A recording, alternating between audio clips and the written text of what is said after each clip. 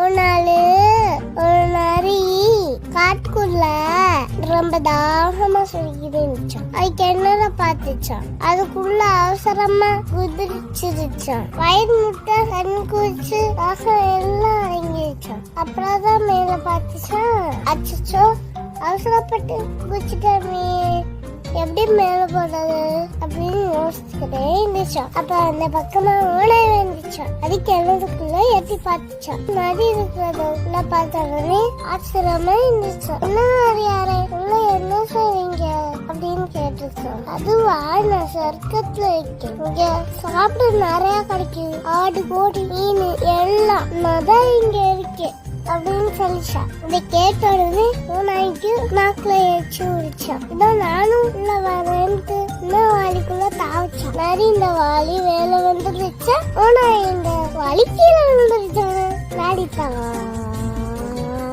Weekend வந்துக்கு மேல போயிட்டான். அவசரப்பட்டான். ஓனாய் கிணத்துக்குள்ளேயே மாட்டிக்கிச்சான்.